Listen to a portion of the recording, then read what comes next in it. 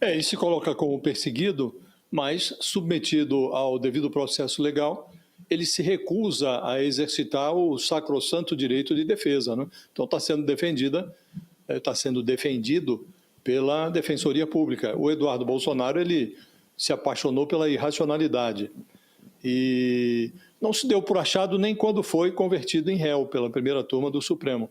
Chamou de caça às bruxas, utilizando até uma terminologia que o Trump usou para definir a situação do pai dele, né? Uma hipotética caça às bruxas. O Eduardo Bolsonaro também se considerou vítima de perseguição com essa ação penal, em que ele foi acusado de coagir a justiça para obter a impunidade do pai, no caso do complô do golpe, né? Postou vídeos nas redes sociais, atacou Alexandre de Moraes, disse que ralou ali nos Estados Unidos pela anistia e não pela absolvição do Bolsonaro, que nunca tramou contra o Brasil, e mantém, até hoje, ele mantém a língua em riste, né, de não vamos parar, não vamos, vamos no final vencer. Ele hoje está supondo que o irmão vai se eleger presidente da República, o Flávio Bolsonaro, ele vai virar chanceler do Brasil, como já insinuou o próprio filho do Bolsonaro, o primogênito, né? E vai voltar ao Brasil impune, né? Agora, o processo está correndo, porque ainda existe justiça no Brasil. E ele, na atual circunstância, condenou, por assim dizer, o Supremo a condená-lo. Então, daqui a pouco, terá o Eduardo Bolsonaro, a exemplo de outros fugitivos bolsonaristas que estão aí no exterior, a Carla Zambelli, o Alexandre Ramagem, também ele terá uma condenação pendurada no pescoço, né? E aí será necessário verificar como vai reagir o governo dos Estados Unidos. Não é difícil supor que ele será protegido, assim como estão protegendo agora a Casa Branca, os assessores do Trump, o próprio Trump, estão assegurando ali um escudo diplomático ao Alexandre Ramagem. Muito provavelmente o Eduardo Bolsonaro também vai dispor dessa proteção. Agora, os governantes passam, os países sobrevivem, ou supostamente deveriam sobreviver à insanidade. É de supor que o Trump não vai durar a vida inteira nos Estados Unidos, né? Em algum momento, os ventos virarão. E aí haverá uma sentença à espera do seu cumprimento, né? O Eduardo Bolsonaro será condenado. Ele condenou, como disse o Supremo, a condená-lo.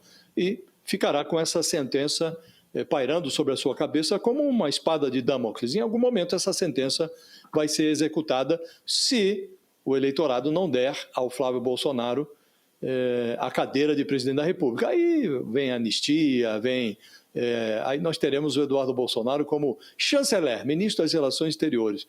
Mas se a lógica prevalecer, isso não deve ocorrer. O fim do poço, ele nunca acaba, na verdade, como diz o Sakamoto. Sempre tem um alçapão, né, que nos leva um pouco mais abaixo. O professor Walter Maierovitch, o tempo é curto, mas quero te ouvir. O Eduardo deve ser punido mesmo pela justiça diante dessa acusação de coerção no curso do processo? Olha, é muito simples. Teve a lei Magnitsky em cima de ministros do Supremo? Sim. Teve caça de vistos de entrada nos Estados Unidos? Sim. Teve o tarifaço? Sim. Tudo isso o Trump fez e mandou o quê? Um recado. Se não quiserem isso, o caminho será a anistia ao Jair Bolsonaro. Esse foi o recado, a intromissão à nossa soberania. Quem fez tudo isso, quem conseguiu isso, foi, evidentemente, o Eduardo Bolsonaro. Então, isso se tipifica como o quê? Como crime à luz do direito brasileiro, a coerção no curso do processo. Ele fez tudo isso para obter uma anistia do pai, ou seja, ele lesou a pátria brasileira, isso é evidente um crime de lesa pátria em sentido amplo, e recebemos tarifaços, Magnitsky, tudo isso para que ele conseguisse salvar o pai. Está tudo provado, até por ele, até porque por matérias, escritos, isso está comprovado. Isso é prova provada. A condenação, não pode se fugir uma condenação. Esse é um resumo muito claro do que vai acontecer.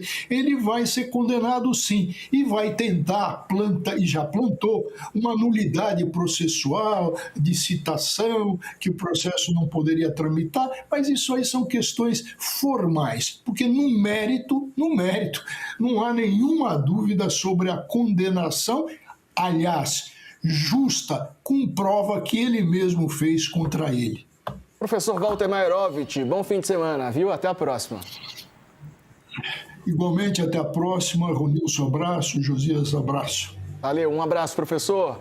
A seguir, ministro de Lula diz que aquele acordo do governador, agora ex-governador de Goiás, Ronaldo Caiado, com os Estados Unidos por terras raras, não deve avançar. Fica aí, até já.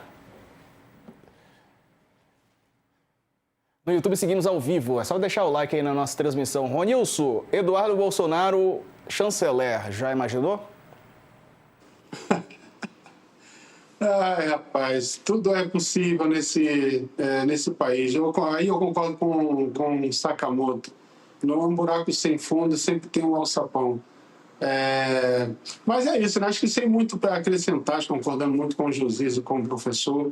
O Eduardo Bolsonaro vai apostar tudo nessa eleição, numa possível eleição, uma possível vitória do irmão, vai fazer a egípcia para qualquer coisa que o governo brasileiro faça, que a justiça brasileira faça, acreditando que ele vai se tornar, como diria o Zema, vai entrar na casta dos intocáveis enquanto ele estiver nos Estados Unidos.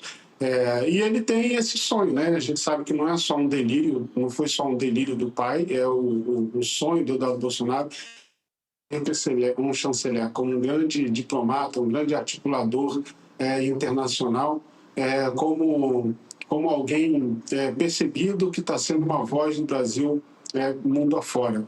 É um imenso delírio no qual o Eduardo Bolsonaro se colocou e se recusa a sair. E agora vem a grande aposta. A sua grande aposta é a possibilidade de vitória do irmão para ele realizar esse sonho e construir esse mundo paralelo em que ele é um Sergei Lavrov do Brasil. Agora, rapidinho aqui, Ronilson, ainda no intervalo, só para a gente fechar. Você acha que o Trump fica até o final do cargo, né? Porque já estão ali questionando muito, né? A atuação dele e a saúde mental dele também. Eu acho muito provável que ele vá até... As demonstrações, as críticas com relação ao Donald Trump são significativamente diferentes do que com relação a Biden, né? O Biden tinha uma questão quase que, além de... tem um etarismo muito forte, mas quase que neurológica. As críticas do Trump são realmente no sentido quase de um equilíbrio político, quase um inconsequente, né, nas suas decisões, e um nível de autonomia e de freestyle que tem sido demonstrado muito prejudicial aos Estados Unidos com algumas decisões e inimigos desnecessários que os Estados Unidos têm atraído. Então, eu acho difícil que ele não vá até o fim do mandato, a menos que ele seja realmente interditado por uma questão de saúde muito grave.